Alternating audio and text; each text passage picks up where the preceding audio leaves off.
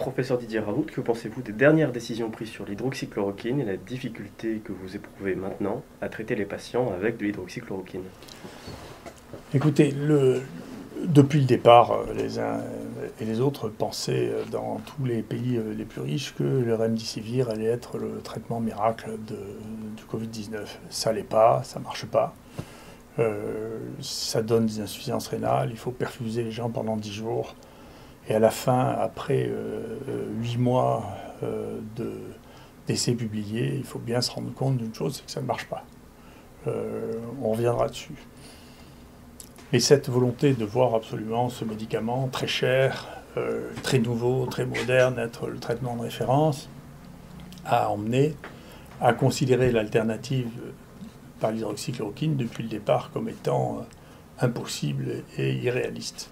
Et c'est la position qu'ont conservé les pays occidentaux les plus riches, avec qui, dont globalement le bilan en termes de mortalité est plus lourd que tous les autres pays.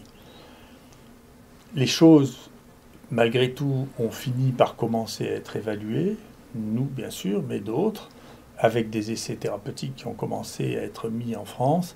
Et puis est arrivé une espèce de scandale scientifique énorme qu'on a appelé le Lancet-Gate, qui a prétendu, avec des inconnus qui manipulaient des données dont personne ne connaissait la source et qui manifestement étaient fausses, ont prétendu qu'il allait y avoir une mortalité de 10% en donnant de l'hydroxychloroquine dans le Covid-19. Personne n'a pris le temps de réfléchir. Nous, notre ministère a immédiatement interdit l'hydroxychloroquine. L'OMS a dit on arrête tous les essais thérapeutiques avec de l'hydroxychloroquine. Et cet élément majeur a interrompu les 2 essais qui étaient faits en France, l'essai Recovery et l'essai Danger. Les deux, d'ailleurs, l'essai Danger, ça a été clarifié dans leur préprint à cause de cette interdiction, sur lequel ils ne sont pas revenus, en dépit du fait que le Lancet a rétracté ce papier qui était faux. Et donc depuis, les gens qui se sont arrêtés et qui se sont trompés n'ont pas voulu revenir sur le fait que ça n'était pas vrai, que l'hydroxychloroquine était toxique. Donc la deuxième question qui se pose, et donc c'est une vraie question en soi, la deuxième question qui se pose, c'est très bien, ça n'est pas toxique, donc pourquoi la situation en 2020 est-elle tellement différente de 2019 où l'hydroxychloroquine pouvait être demandée dans les pharmacies sans ordonnance? Donc qu'est-ce qui s'est passé entre les deux? Donc on ne comprend pas très bien la raison, d'autant que on peut se poser des questions sur, d'accord, et est-ce que c'est efficace? Est-ce qu'il y a que M. Raoult qui dit que c'est efficace? Donc c'est pas vrai. Hein, donc tous les documents dont je vous parle là seront en ligne, que vous pourrez consulter tranquillement. Nous, la dernière, la plus longue de toutes les méta-analyses qui a été faite, il y a un site blog par ailleurs qui fait les méta-analyses et qui trouve les mêmes résultats que nous, montre que l'effet général de la méta-analyse sur la mort, sur le portage viral et sur l'amélioration en général est toujours en faveur de l'hydroxychloroquine quand on compare à l'absence d'hydroxychloroquine.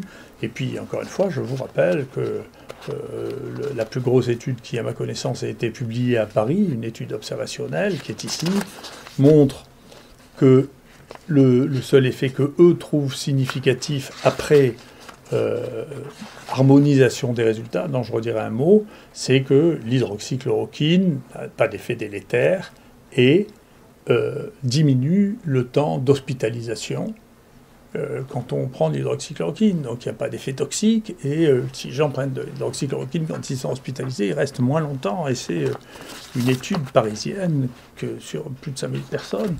Et si vous regardez les tableaux, là que j'ai surlignés, vous le trouverez sur le truc, vous verrez que, eh bien, en dépit du fait que les méthodes, les patients à qui on a donné le traitement par hydroxychloroquine, azithromycine, étaient beaucoup plus malades que les autres. C'est-à-dire qu'ils passaient en réanimation immédiatement ou en moins d'un jour avant que le médicament ait le temps de marcher.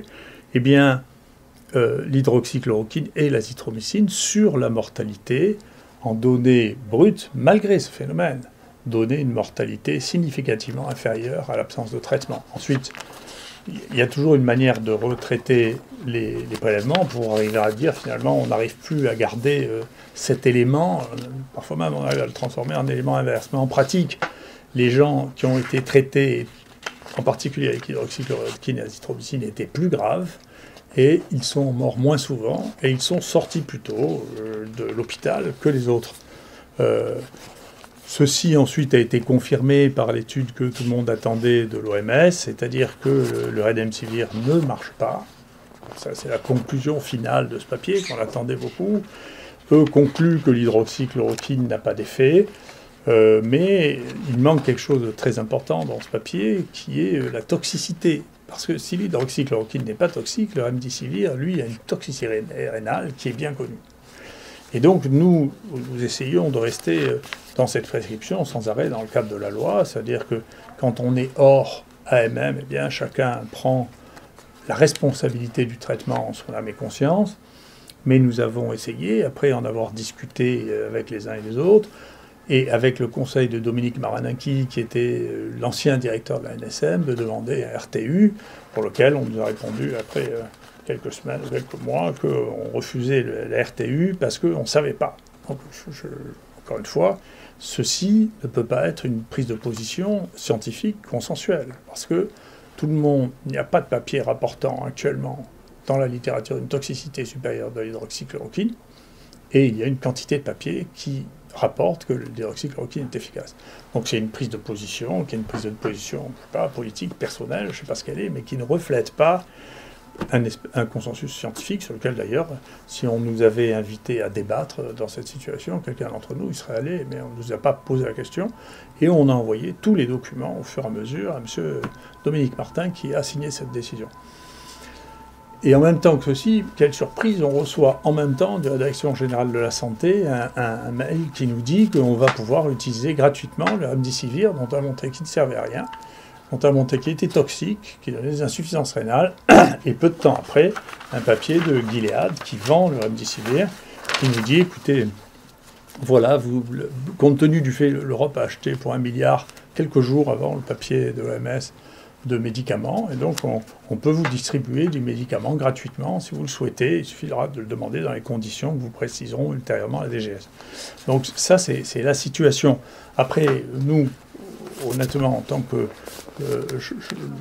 on peut soigner les gens paisiblement avec des résultats qui sont ce qu'ils sont, c'est-à-dire qui sont qu'on a des taux de mortalité extrêmement bas et on n'a eu aucun accident avec l'hydroxychloroquine, ça va.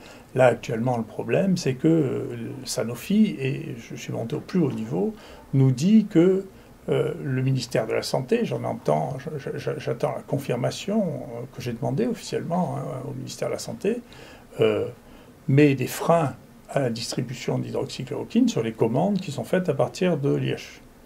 Donc, si c'est ça, ça veut dire qu'on nous empêche de soigner selon ce que nous pensons être le meilleur traitement possible. Et j'espère que rapidement, nous aurons un courrier nous informant que le ministère de la Santé ne met aucune opposition à la distribution de Sanofi dans notre CHU d'hydroxychloroquine quand nous estimons que nous en avons besoin. Actuellement, nous ne pouvons plus traiter tous les patients qui arrivent, donc nous allons commencer à faire du tri, comme les réanimations, pour traiter en priorité ceux qui ont le plus de risques vital. Mais nous avons besoin de pouvoir traiter les gens comme nous imaginons pouvoir le faire, parce que ces mesures et les conséquences qu'elles en ont, de notre point de vue, impactent la santé des gens qui nous sont confiés. Merci.